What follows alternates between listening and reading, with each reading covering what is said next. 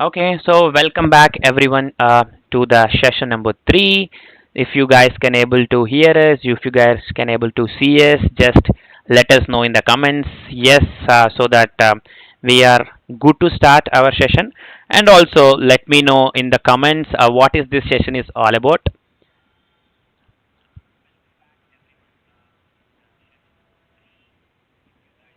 Okay, please start session 3. Amazing. Okay, we have the lineup speaker. She's a very core active speaker in our community, HDAC. So we have been doing a lot of sessions together. And like Yoshita Pallavi, uh, I think the session is all yours now. So looking forward to it. Thank you.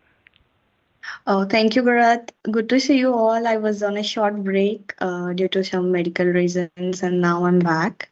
So many of you know me, many of you doesn't know me. So I'm Yoshita Palavali. So I do have total 8.8 to 8.5 years of experience in IT field, starting from a cloud specialist to right now being a business analyst or on roadmap to the product manager, right? So apart from that, I'm a Microsoft certified trainer. Before getting that, I have been training different colleges, different universities, students, non-technical, technical, through the various audience. And I'm fortunate I have got opportunity to train Indian Navy, and then I have got opportunity to consolidate my knowledge sharing sessions with government employees regarding the Power BI data analysis, all these things. So as you see on the slide, that's about me in a very quick way. Apart from professional things, I do spend time on reading books, traveling, and I do have two little creatures. I would say two pets. That would take a lot of time about my attention and my time. So that's about me. So shall we go ahead? And today's session is about Power Query, majorly that comes under the data transformation. Right, we know before we get into Power Query or anything, let's talk about the Power BI. How does it work generally? What does it make to make a complete Power BI report? Does it only make a visualization appearance or anything else? Let's talk about in a very short story kind. So let's say we all are here, we all have skills, we all have a super talent, or we all are having some information inside us. And if you are going to interview, how do you go generally? Do you just brush up everything? Do you just learn everything? It depends on the individual, right? To express yourself, to represent yourself, you need some transformation about you. It could be physical representation, it could be mental representation. How do you talk? How do you go through the interviews, right?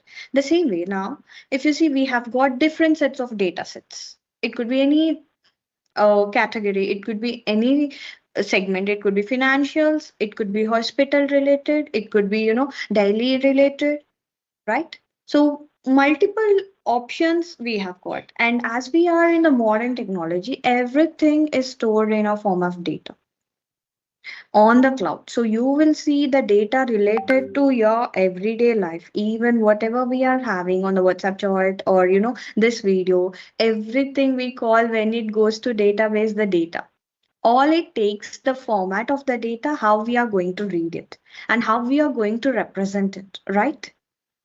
So just drop me the questions if you have anything. Let me take the first 15 minutes to the introduction, and then I'll go through the questions by topic, right?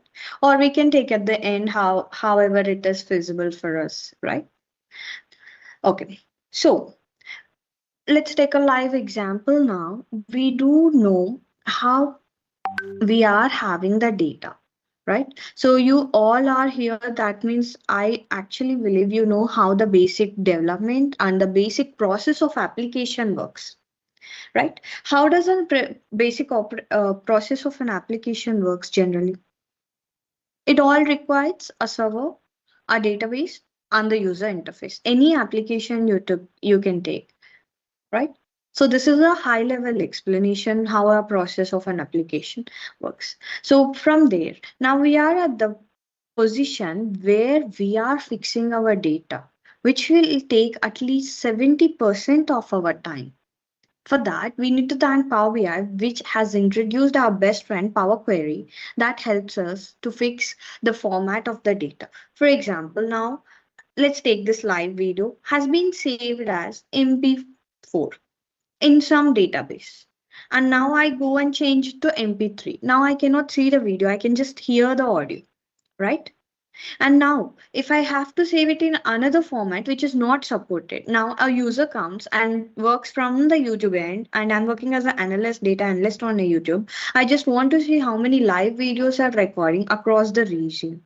If this video format is in MP3, will my count go accurate or inaccurate?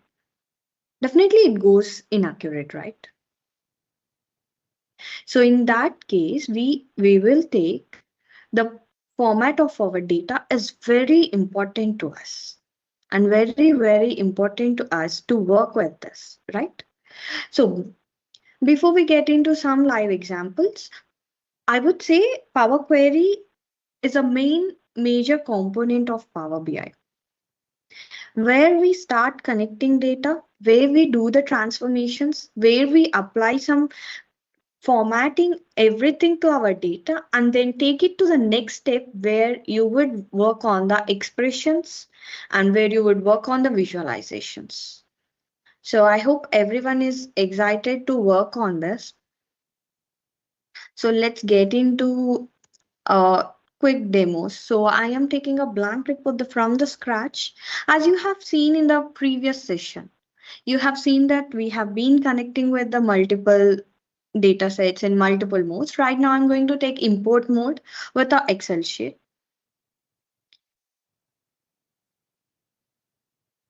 Let's get the one data set. So before we get to data, we get to understand the data. What do we apply or anything? So what we started here, we selected get data option and then we chose one Excel sheet. So one Excel sheet or Excel workbook we majorly call when we talk in perspective of data analyst or a business analyst. So workbook is a consistence of multiple sheets. So here you see I have two sheets of data. That means two tables. Power BI recognizes these two sheets are as a two tables, right? So now let's say click load or we can go with the transform data. So transform data directly lands me on the Power Query. Load data completely loads the data and says what is the status of our data. So let's click on the load.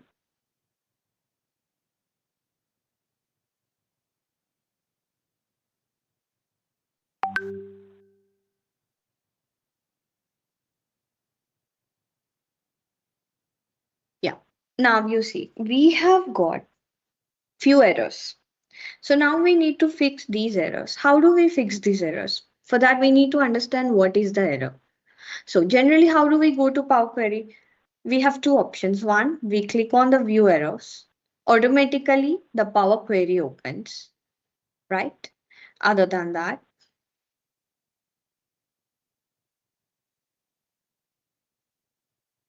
you come here, you click on transform data. Automatically, you will be landing on the Power Query editor again, right? I hope this is clear for you guys. So the first step, what we are doing here, we are getting the data and then loading it into the Power BI report. And after that, what we are seeing, there are few errors. And I have clicked on view errors. It navigated to the Power Query editor.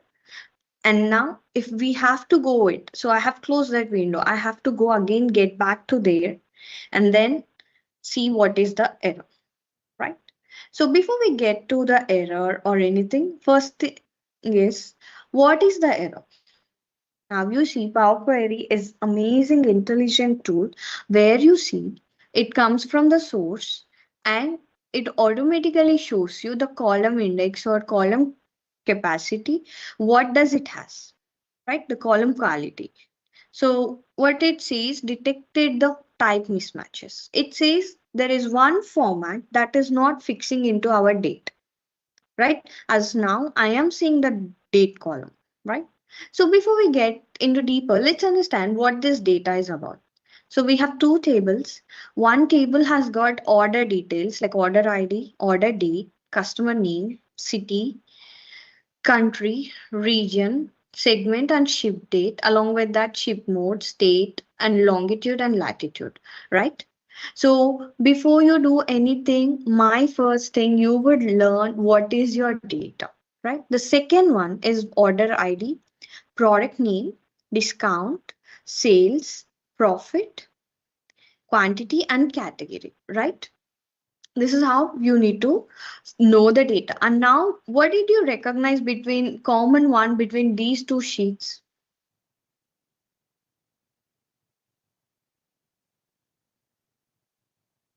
If you're commenting on that, Bharat, can you help me to read the comments?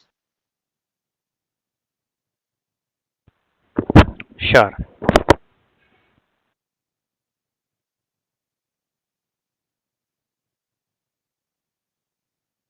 So what is the common column which is relating these two tables?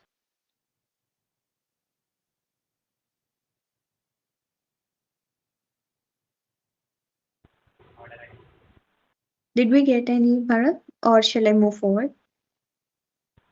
Yeah, we have got responses as order ID from all the audience. Yeah. Yeah, that's amazing. So we have order ID. So when you have order ID, any column related to that must be in a good format, like proper format, right? So you see order date is not in a proper format that we detected. The Power BI detected that there is a mismatch. Now, what it does, it adds the index. Why does it add the index? Because to filter out the data by error. So once it adds the index, we'll get how many rows we have got, right? Now it says only filter the data that says select rows with the error, right? Now we say the row number is 848. And now let's say it has already pushed the row number from the end to the first, just to have a clear understanding where it is going wrong. Imagine now I have got 1,000 rows only, right? But imagine if we are working in the real time data, if you have got error in multiple ways, would you be seeing, sitting and checking each and every row like millions of the millions? No, right? So now the Power Query makes it very much easier. It detects any mismatches with related to data type, right? Why did I tell you to know your data first? So when you know the data, now I see order ID. I know the data. I know what data consists. So when I see it is in the text format, it's a combinational string, combination of alphanumeric, where we define it as a string in many cases. Rather than we go with the alphanumeric or you say integer, we say it as a simple string. And now you see order date is in a date format. And now customer name which is in a text format, this ABC defines it as a text, and you see this is a date, the where you see the calendar, and we do have integer, this is majorly the decimal, right? The more we get into the session, the more we understand the data types and the importance, right? Now before we get there, let's click on the error. What is the error? So now it says we could not pass the input provided as date value. So, but I see this is in a proper format. What is wrong here? Can anyone tell that what is going wrong here?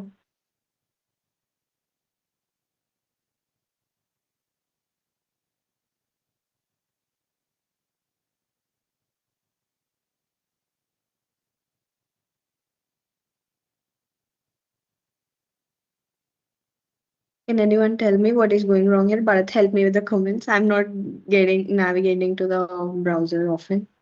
Yeah, people are typing to leap year. Yeah, perfect. So that's the leap year. We don't have leap year in 2022, right? So automatically it says the date we entered is wrong. So now there are possible chances where the date could have been gone wrong. It could be the year, it could be the date, it could be the month. So now, what is the process to fix it in Power BI? I would teach you. But what is a correct approach you would take is based on your real time example. Like I would give you all the three situations, how to say which is the correct day, right? The first thing, you will be sitting with your data engineer or the data provider who has given us. Now you go sit with the data engineer, get to the source of your data.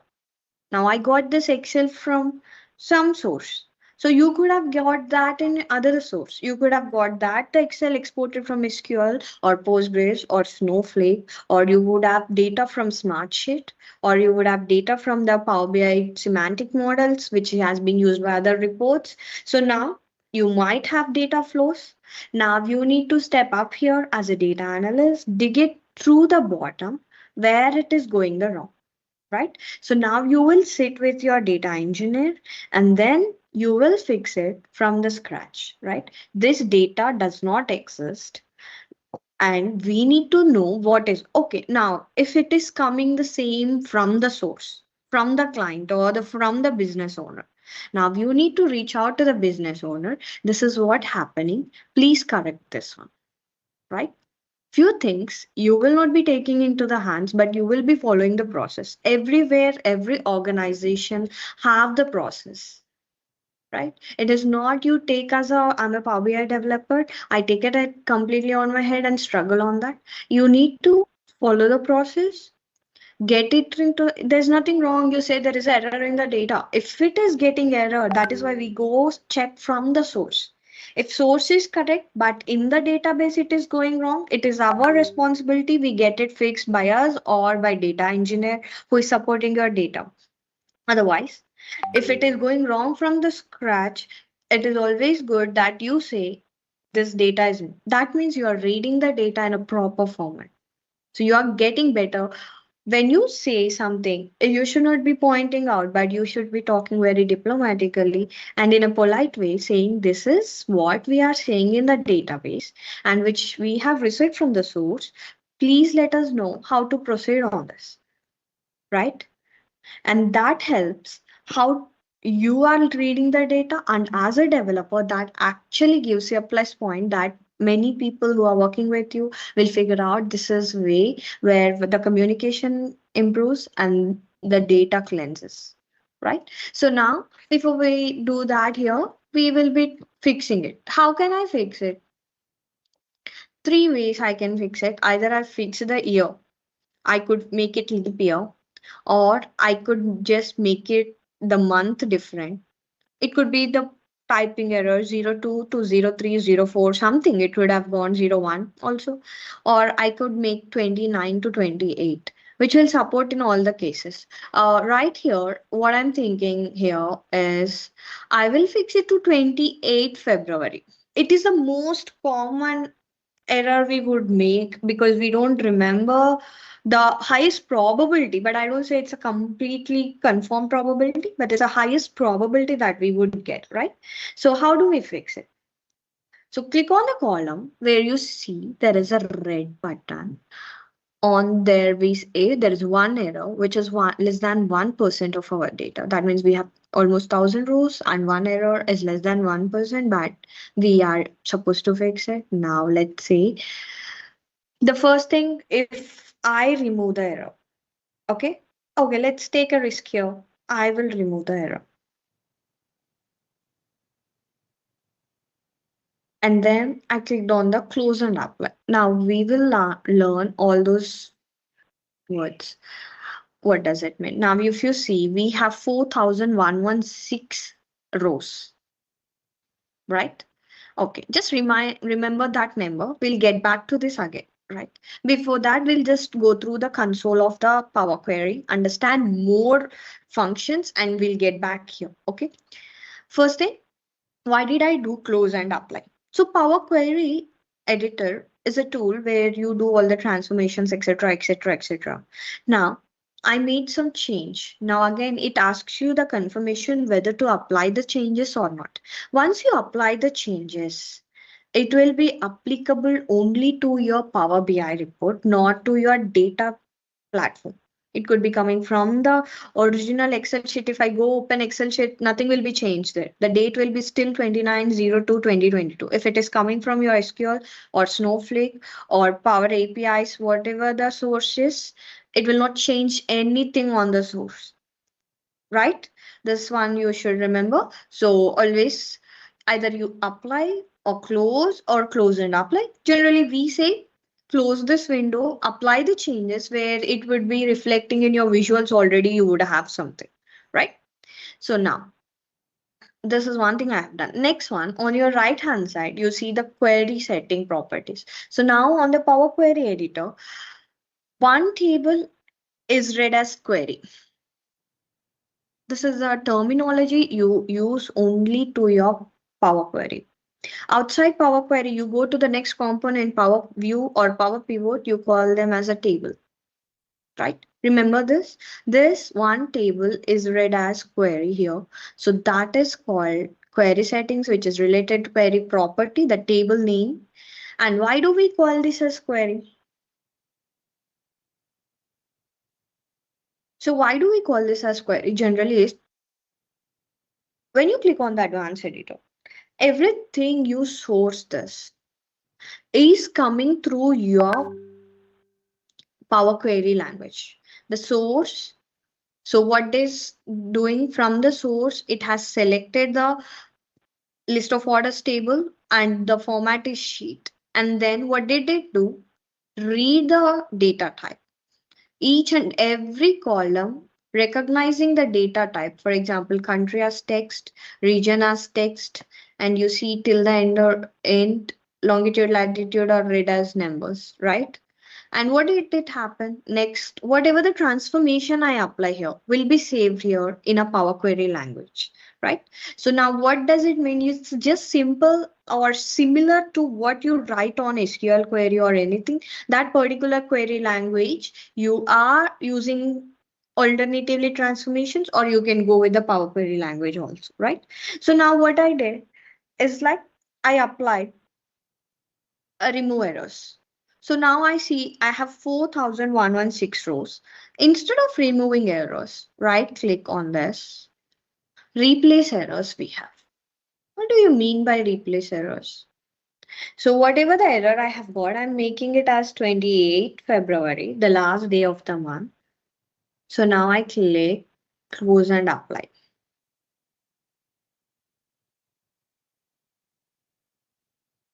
Now you see we have 4117 rows. That means when I remove the error, I have lost one row of my data, right? That means the data loss is occurring here. So you should avoid removing errors in all the circumstances. You should take a decision which will not impact your data consistency and the quality, right? So that is the major difference. As a data analyst, you take a decision, right? So whether you remove the error or replace the error, right? I would always say replace the errors. So even though there are errors which is not supporting your format, like there could be nulls, there could be anything else. So just try to replace that error with something else because you don't lose the data. So data loss is a major drawback in your dashboard, right? So the error has been fixed. Now this should show us empty, right? The error has been fixed and we can delete this group. I'm sorry. Let's delete this group.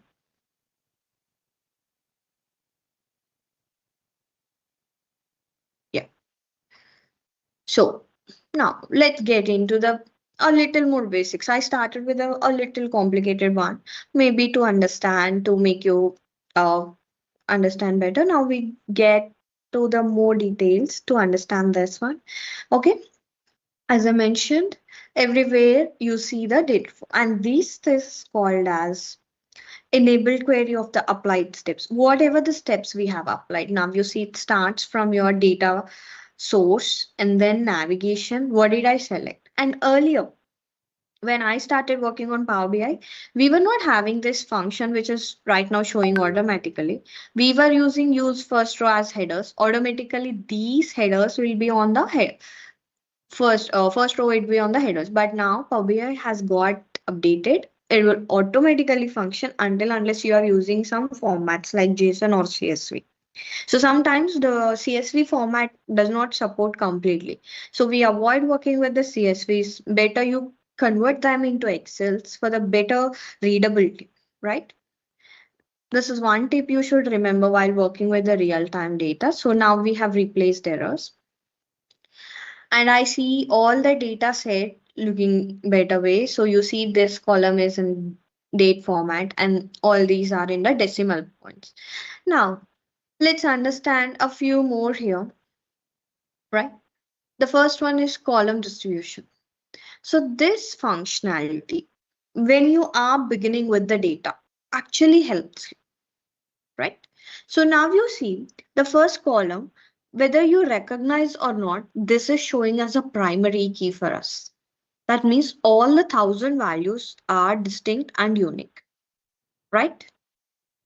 And when I move here the date is repeating. All these are not primary keys. So you should remember what is our primary key. So you know when we figure out what is the common column between two tables, it should be the primary key which gives us the more sense, right? So now by using this, you can easily understand this is a primary key, right? And now you can see the column distribution of all the columns here. So how do I get it? First, you get to the view and click on the column distribution, right? And another option we have is column profile. So what does this column profile gives? It is giving us the count, how many rows we have got, if do we have any errors here. So if I have to go back and check here, column profile, it doesn't even read whole column. It says the count is 1,000, but the error is here, 1, right? So it gives by column to understand the exact one. And now for the alphabetical text or string or anything, it says the maximum and minimum of that. For the date, it says the average. For the numerical values, it says median, standard deviation, all these values, right? So this is one thing you learn about the statistics of your column. And then column quality. Now it says your column, does it has any null values or does it has any errors, right? So whatever the transformation, when I go to the previous step, right? When I go to the previous step, I could see the data still, right? So here you're just manipulating your data step by step. Now, if I delete this step, automatically I go back to the original data set, right? After this step, whatever you apply, everything is only applicable here. After the navigation, that means you are getting some data. If you're using import method, okay? When you use import method, it is a cache. Power BI creates its own cache here and works on that. So whatever the transformations you apply here does not go to any changes on your data set, right? And as I mentioned, advanced editor where you see the Power Query language and the query dependencies. You see here what kind of dependencies we have, from where the data set is coming and is it loaded or not, right? So this is one thing. And then we go to the basic transformations again. The first one, I want customer name as first name and second name. Okay. What could be the transformation I could use here? A split column, right? On the split column, right click on your column for the transformation option, or you see many transformation functions on the top of the overview. So now split column by delimiter, by number of characters, by positions, lowercase to uppercase to lowercase, digit to non-digit, non-digit to digit. We have multiple options. So now I'll show you one example and the rest six you are going to explore, right? Tomorrow is a holiday, guys. Just spend some time. If you want this sample sheet, you can ping Bharat or reach out to me on LinkedIn. I could give you this, but practice this. at least for half an hour, if you could practice these things, you would get grip on what is happening where. So you know the method. You can chat GPT the methodology, syntax, everything. All you need to know the concept, what it has to be applied here. If I don't know how to apply, if I don't know the concept of splitting the column, I can't Google anything, right? Or I can't do these what to be applied. It makes much easier for you to know the concept. So always focus on the concept. Then automatically you will learn syntax method. No coder or anyone remembers all the syntax. Okay, all the steps. All you need to learn the concept what we apply over there and the problem solving skills that helps you always, right? So I'm going with the first option by delimiter. So when I click on that, what options I see? So I don't have any delimiter. What do you mean by delimiters? Excuse me. Any symbol that you use instead of, like, I can give you anything here, comma, colon, all these things, but I don't have anything here, so I'll use the space. So I will separate the words based on the space, right? So I have got the customer name dot one, name dot two, name dot three. Now I'll click on it. Let's say renaming the column. Just double click on the column, first name. Okay, now which one should be my second name and the last name? So I can, if I go with the sequence, first name, second name, third name. But when I see this, I see there are very less values. I could say this could be our middle name because many people will not have middle name. Either we have two names or the two words that. So I'll make this as a last name, right? So now let's check the column quality again, column profile or column quality. That would I say here you see we have got 99% of null values, right? 99% of null values. And now I'll just change this type to the numerical whole number. Let's say whole. So now it says I have got the error, right? Because it does not support anything, right? It will not support if the format is going wrong here. So now I'll just delete this step. Now we are good with this. Now to replicate these steps back, I still see it as a customer name. So to reflect those changes, all you need to do apply changes. Now you understand the difference why we definitely need to apply the changes, right? You see first name, last name, and the middle name, right? I hope it's clear. And then we do have multiple transformations. Let me quickly go through one by one. Okay. I think, yeah. Let's say United Kingdom here we have, I wanted to make it as a UK rather than having United Kingdom. So click on the replace values and then click on that UK. So now you see whatever it was United Kingdom, it has been it has been changed to UK, right? This is one thing. Again, if you don't want to apply this transformation, you can again delete this, right? So before I go into many more. I just explain you this because I do have time constraint here. We need to learn many things on the schedule. So remove other columns. It what does it do? It removes the column, right? So will you just play around with these things? Just I just removed one column that is longitude. Now I feel this is a mistake. I'll just delete this step and get back my data. Now, what I do is remove other columns. Everything else goes except this column, right? So you have got these options. You can control select and multiple columns you can remove. Now I feel this middle name, I don't need this. I can remove this. Okay. So you have to take these kind of decisions based on the requirement. What transformations we apply, all these will be linked your output, final output. Okay, what kind of dashboard you are making and what is your requirement, right? So right click, you see all the transformations, right? Now, I want to apply the group by, right? So why I'm applying group by? So before you apply any group by function, Just first duplicate this particular table, right? And then apply the group by. Why I should apply group by Yoshita, and then why I should duplicate the data? Because the data, when you apply group by, it goes by the function you have selected irrespective of anything. And group by only works when you have some aggregate functions. Even using DAX group by, it creates a separate table rather than you make it a measure or a column. The same thing here. So let's quickly do one small group by here. Okay, I want to see group by based on the category. Okay, so let's say group by category 1. So I will say total profit.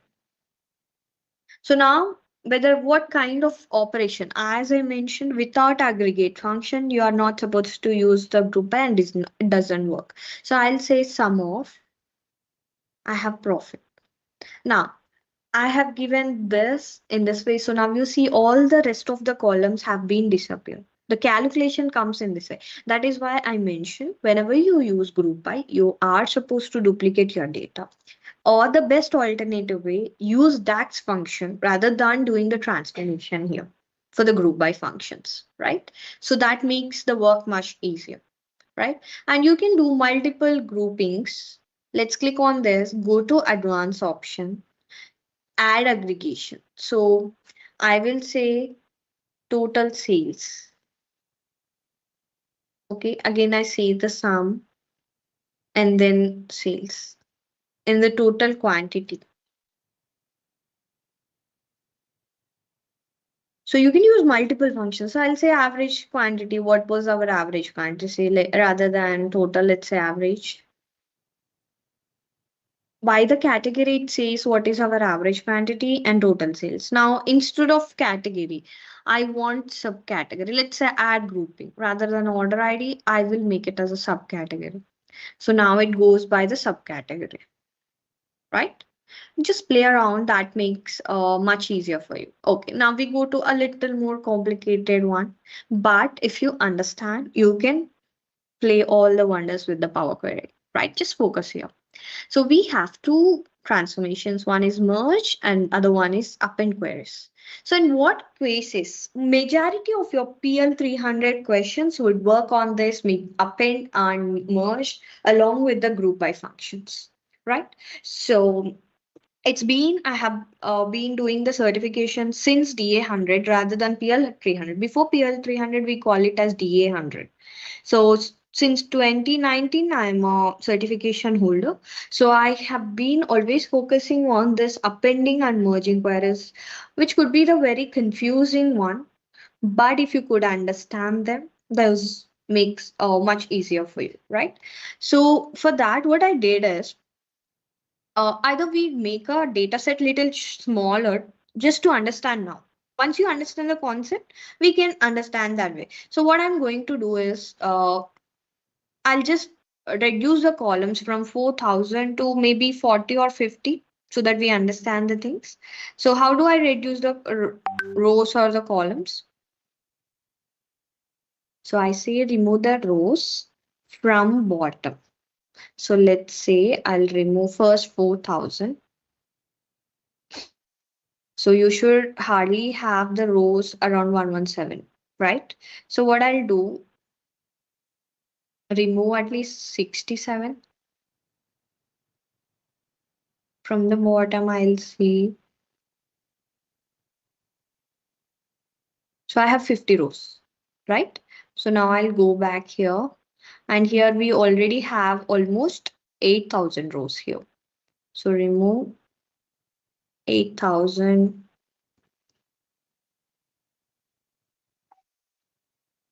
Now we have only 47 rows, right? Okay. Now we start with the append queries. So first, append. What is append queries as new and append queries? When you apply append queries, the changes will apply on this table only, automatic. Otherwise, when you click on append queries as new, we will be having a new table that could be created, right?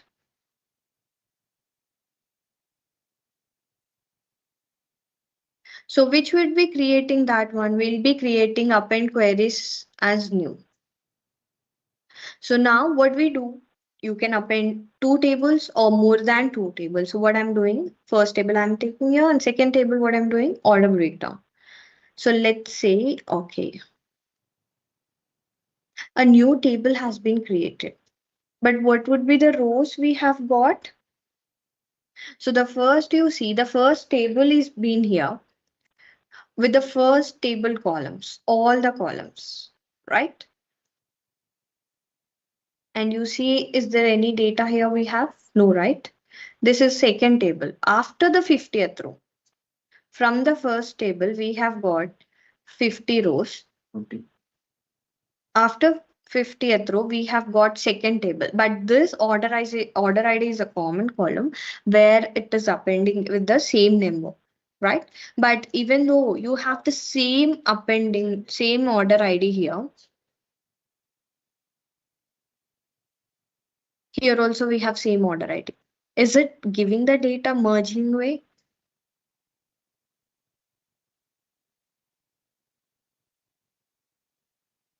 In the merging way, but no, appending actually gives you in a different table format, right? Just a minute, guys, just a minute. Sorry, guys, there's an emergency from my family, right? Sorry, wait, let me explain again. So after appending these two queries, the data, even though you have the common order ID, that is a common column between these two tables, we will be having it as a two different rows here. Right. So now, in what cases you do this appending? Any idea in what cases we do this appending? When you don't have a common column between anything. So it doesn't matter whether you have common column, it doesn't have, you don't have common column, right? So, and what is a major reason we do appending? To decrease the size of data sets. Like you have 10 tables, you make it one table and then it compresses, it becomes much easier for us to work on that. And also sometimes without common column, you will not have any relationship. So maybe you will be working here. So for example, I have order date here. It could be blank as of now. Maybe in the future you get with relative quantity, right? So in that cases, we have another option. Instead of using alternative to relation, what can we do? That is merge queries as new, right?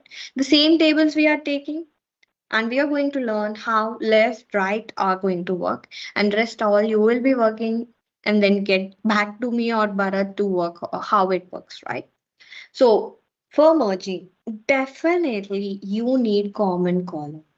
As I mentioned, it's a kind of alternative for your relationship. You must have common column to have a relationship. And remember, the data type should be the same. Though column name is different, it works, but data type should be the same. You can't give a relationship to text and the number and expect the accurate results. It might create a relationship, but it will not give you the accurate result, right? So now I have order breakdown and list of orders here. So what is this say? Joint kind. And what do we have? We have left outer, right outer, full outer, inner, left anti, right anti. So first we see the left outer, right? So what it says, whatever I have from the first table and whatever it is matching from the second table, right? So first table, I don't have any duplicates. All of them are distinct, right? Yes or no? I hope you are answering. Let me get back to you after this quickly. Okay. So now, how many rows we have got? Only 50 rows. Only the rows that we have got? No. So after merging, you need to see here, there is an option where you need to expand. So I will be expanding, including the order ID for us to understand, and original column name as a prefix, right? So that you don't get confused between the column names from the table 1 and table 2, right? So let's say yes. Now the row count has to be changed. We have got 71. So how does it work? We have 50 rows over there and 47 rows over here. So at least we need to get 97, but we got only 71 because it gets all the values from the first table, right? As we have seen earlier, 2819714, the same data, if you go here on the list of orders, you see there is only one row which says the customer name and the details. Whereas in the order breakdown, you have two details. That means it is getting drilled down through multiple categories. Could be product name, could be the quantity, could be the category, right? So for that only we will be using the merge. And because of that multiple rows, the data now is in two ways. And how the data comes from the table one, it is repeated because when you don't have data, it repeats from there, right? So the same data is repeating until you go here and see you have two different rows, two different values, right? So how do we get this 71 rows? How can we understand that? Now we come here, get here, and then we see column distribution. We have 50 distinct, so obviously we should get 51 values, right? And in the order breakdown, we have 26 distinct and 14 new, right? That means out of 26 values, you have only 14 values that are single repetitive, and the rest 14 are repeating again and again. So it picks from there, and whatever is matching out of that 26 values, right? Out of that, whatever is matching, that will be shown on the merging queries, right?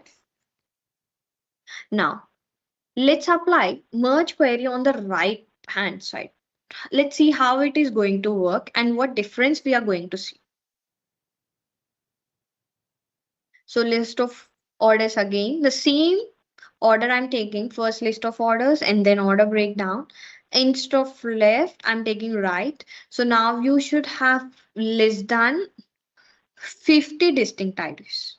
You might have more rows, it could be there, but distinct IDs should be less than 50 because we saw only 26, right?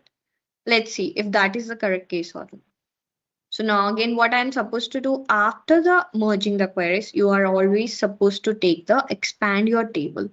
So that what happens earlier, it has only single values. When you expand the data, it gets the values. So now you see we are getting 26 distinct values unique. And now what is that we are seeing here? Instead of 15, 50, 50, we are seeing 26 distinct, right? That means whatever we have in the second table, that everything comes and matching with the first table, right? Any questions here? I'll be holding for a moment. Yes, Yoshita, we have plenty of questions from the attendees. I think the Oh, should track I is open my no worry. YouTube and I'll read out for you. So okay. people are asking, can you show any use cases on query folding? What is the meaning of query folding? And Yeah, sure. next is parameters. How we create parameters. Yes, yes. Okay. Uh, okay, let's begin with the query folding, right? So as I mentioned, okay.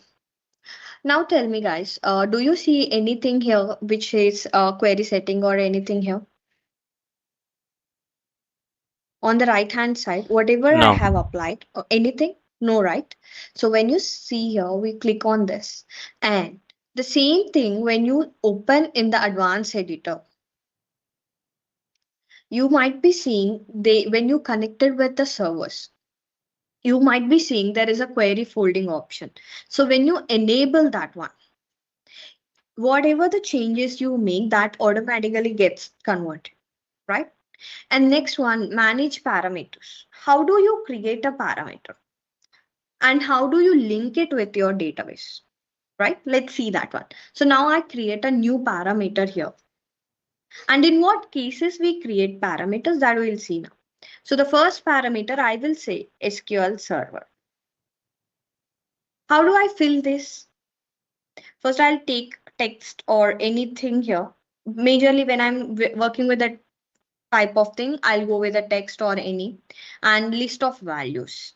So, why I'll give here? First, I'll have something like SQL for the prod, and it could be something like, server details that could have port and everything else. And then I don't have organizational one, which I'm not, I do work for organization, but I don't have personally one organizational server, but I'll show you how it works. Non-prod, right? In working in a real time, you will be working with the multiple environments, and for multiple environments you will not be creating all the time the same report multiple times. So now first what I'm creating one parameter here. One is SQL server, right? Or then I create one more parameter which says the database. I am showing here SQL database, and it could change for the Postgres. It could change, parameters could change for the Snowflake. Okay. So again, the same, any, the list of values. So for the non-prod, I have given there the prod. So prod DB and non-prod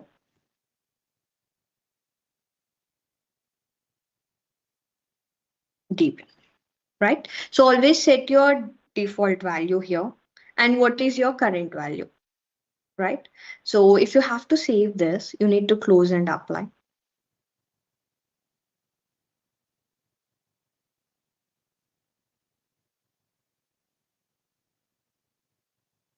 So whatever we have done till appending group, everything comes here as a new table, and you need to change the new names of your table. Right now. So while connecting with the SQL server, let's go with the SQL first. SQL Server database. Now I can take the parameter here, right? So what is the advantage that helps you with the parameter? The first thing is you are not entering the server name and database again and again for the same report. It takes eventually at least 9 months to 1.5 year to build a complicated dashboard, or a small dashboard on an average of 3 months. And every day you come, and whenever you're testing something, and all of a sudden they ask you to work with the production and non-production. In those cases, instead of entering the server and database, you just work with the parameters, right? And enter your SQL statement here. And second important thing, now I'm working on the non-production file where my data is something, it could be having errors or fault. Now I need to check before I go live, right? Again, I will create or I'll duplicate this report. And should I enter the details again? No, right? The parameters makes the flow easy for you to connect to the multiple environments. So what I'll do here, edit parameters. Now it is on prod. I'll make a change to non-prod. Automatically it changes to the non-prod. All the data, what I have got, prod to non-prod or non-prod to prod, vice versa, you can make the changes. But make sure your server and database are both related. And then where do we relate these parameters? So why parameters are available only for the SQL or Snowflake kind of databases, not for the Excel kind of database. So when you take Excel, it's a file. You will not see any parameters over there, right? So but when you see SQL, Postgres, Azure analysis, analytics, or data lake, all these Snowflake will have some set of connections that comes through your organization. And when you are having on-premises database, you will be having gateway connections. So these gateway connections, all these three, or when you click on the service, right? So when you go to service, while you connect to this, these parameters only will help you to connect with your data source on the service. And the next step is pipelines, deployment pipelines. Now I'm going to push the changes from non-prod to prod. Am I going to manually publish the report often? No, right? So we have a deployment pipeline where you configure same parameters over there and relate with your workspaces, and you push the report from one deployment pipeline to the other deployment pipeline, right? So it eventually goes through these parameters. Am I clear? Yes, yes, Yoshita. I think the scenario which you explained, this is one of the most common scenario which is being asked in interviews also, and Yes. most of the questions you're gonna face in stage two in this Power Query data cleaning and transmissions from the PL300, exam part. So no, the screen is not frozen. She's on the. She applied all the parameters, so uh, Oh yeah, she's guys. actually showing. Okay, so just guys, So we left with last 5 more minutes. You could see the edit parameter section, right? So in real time projects also, we will be seeing this prod, non-prod, dev prod, test prod, and actual production databases, and we move our reports from one workspace to other workspace, one database to other databases. Okay, these are some real-time use cases. I think what Yoshita is speaking. So I think we have got wonderful learning. So let's all everyone keep it in the comments. What are all the learnings so far we have got in this data transformation? So Yoshita, if you get time, if you could just look into the chat box, most people typed about your questions, the merge conditions, append conditions, and everything. oh, okay. Okay, let me open that very quickly.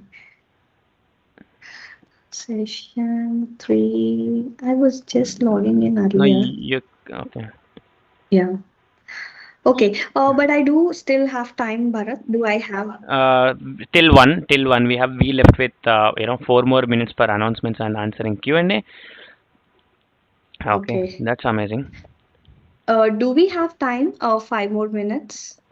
People are asking lunch, feeling hungry. They have Oh, been like morning 10 onwards. They are attending, I but you understand. We can do. you can post in Uh, our WhatsApp group if you are. I think you are available there. Last 2 minutes, yeah. guys. If you are okay, then she wants to cover two more things. Okay, people are typing what they learned. That's amazing. That's why the chat box is now typing. Okay, I think we Uh, can give 2 more minutes, Yoshita. Please go ahead. we have the date table, guys. Yeah, This is important yeah. concept. Ask it in the interviews.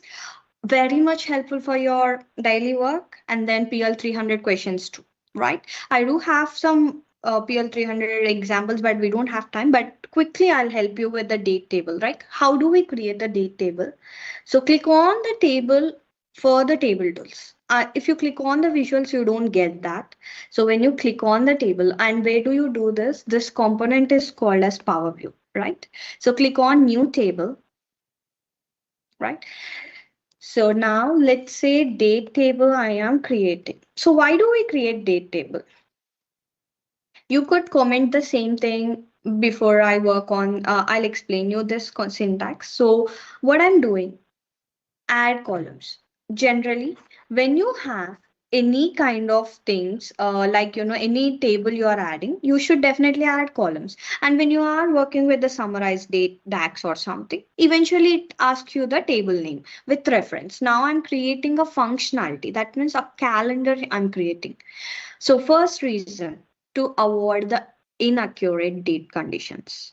Yes, we saw the errors. In the same way, if you're working with multiple tables, like I have 10 tables, in real time you'll be working minimum at least 6 tables. All the tables have the date column, different dates. Would it be easy for you to filter out? No, right? So for that, we create one common bridge table. So this comes into your star schema. We all know Power BI, what schema it follows. Fact table to multiple dimension tables. This is called as dimension table or dynamic date table, right? The first column, first function I'm writing, add columns. And what a beauty we have in Power BI is like the syntax itself is displayed here. It asks for table and the column name that I'm defining and the expression for that, right? So what I'm defining here, table list of orders, because we have date over there, right? The name of the column is year. And what is the functions we have got? Year of date, right? So, so now it says error. Why, guys?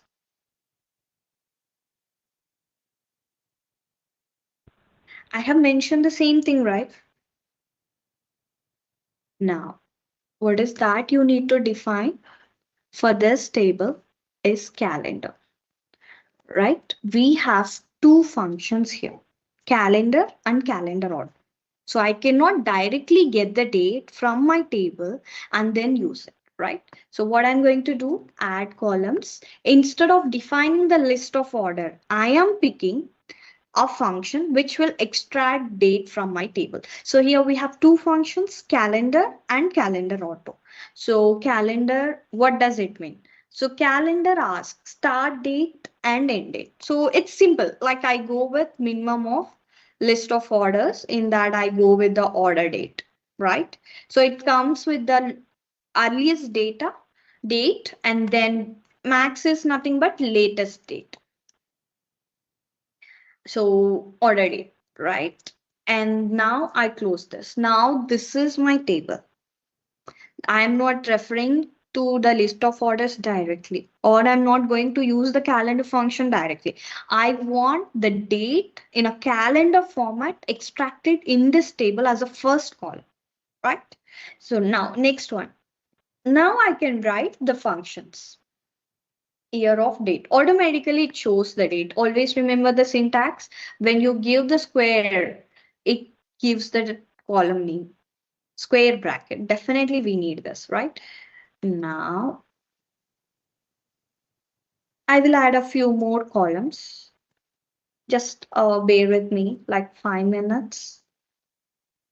I'm so sorry for that.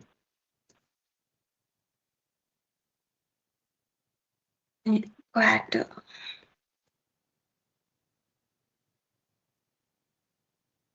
okay, let me close the, it's a simple date table. Yes, we got the date column. So when you are using this date, till now you don't have date column, but it has created. When you use the calendar function, it automatically works with the date column and everything, right? Just a moment. So now, when you click on the date, let's see the sorting here. It starts from Jan 1, 2021 to descending this way, right?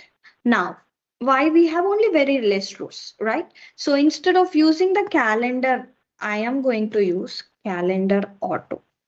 So what does this auto function does? So auto function does completely till now you see the highest date is the 31st December. You see that, right? So when calendar auto, it automatically reads the range. Now this table has 2021. The other table has 2023. It now that reads from Jan 1st, 2021 to December 31st, 2023. Right? So now this is a basic year month pattern. We can do here a more better analysis without disturbing your data. Right? Let's say I am going to create year and month, right? Now, what functions I can use? Concatenate or format, right? So I can use format first.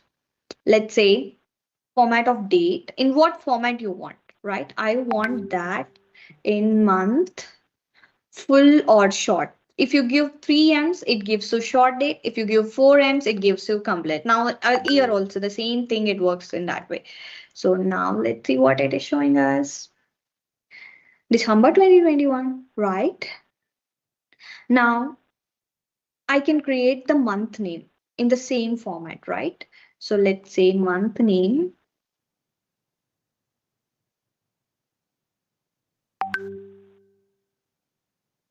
Let's say full month name I want. Yeah. And very quickly, I'll show you guys this one. I'm so sorry. So where is my date table? Here. So month name, generally, it should come based on the January, February. But now I'm seeing it as a alphabetical April, August, December, ABCD kind of thing. So I need to fix that one. So how do I fix that, guys? So click on the month name. This is something you need to work because when you use this and so I need to sort it by the month number. So when I click sort by month number, automatically it changes to the calendrical view, right? Yeah. So why we use this? For any access or any visualizations, you definitely need this. Now, how do I use this? If I get some data here for monthly analysis, will this work for me? No, right? I don't have any relationship. So that is where you create anything and create a relationship. So any bridge table you're creating other than using in the slices. That's again a deep topic, guys. But date column should be related. So now if I get my data, so I will say list of orders and I need it by order count. Let's say order count or distinct order count. So I have only January, February. Why? Because we have applied the transformations, removing the rows. I am removing the rows from these transformations. Let's say, ta-da.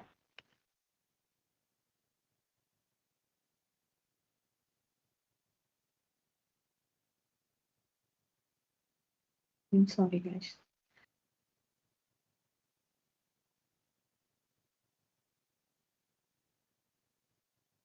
Yeah, we got the data.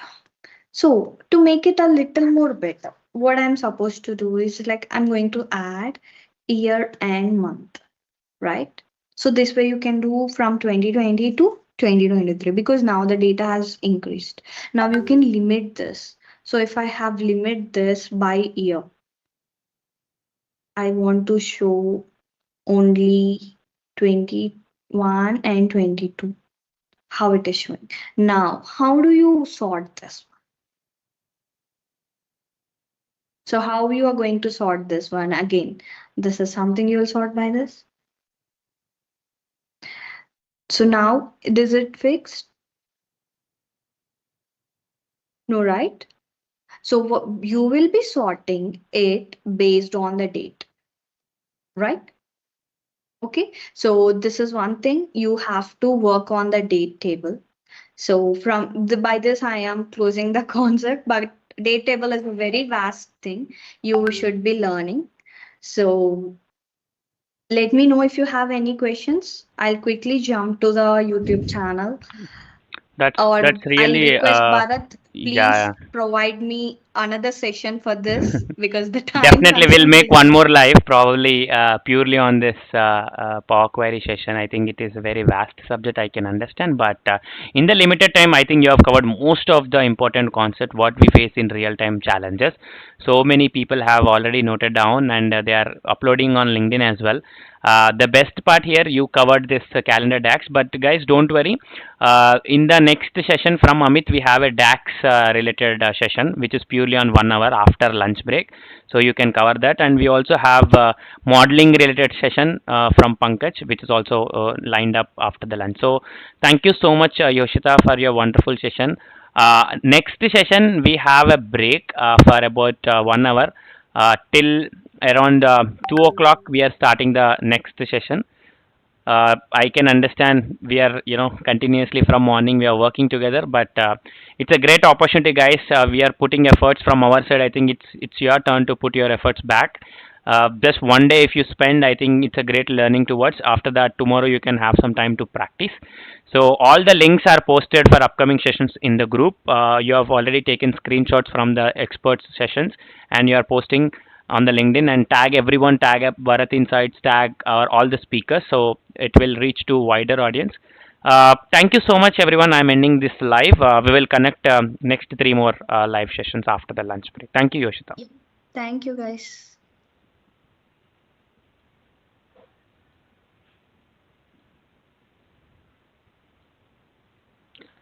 Thank you, Yoshita. We can drop off.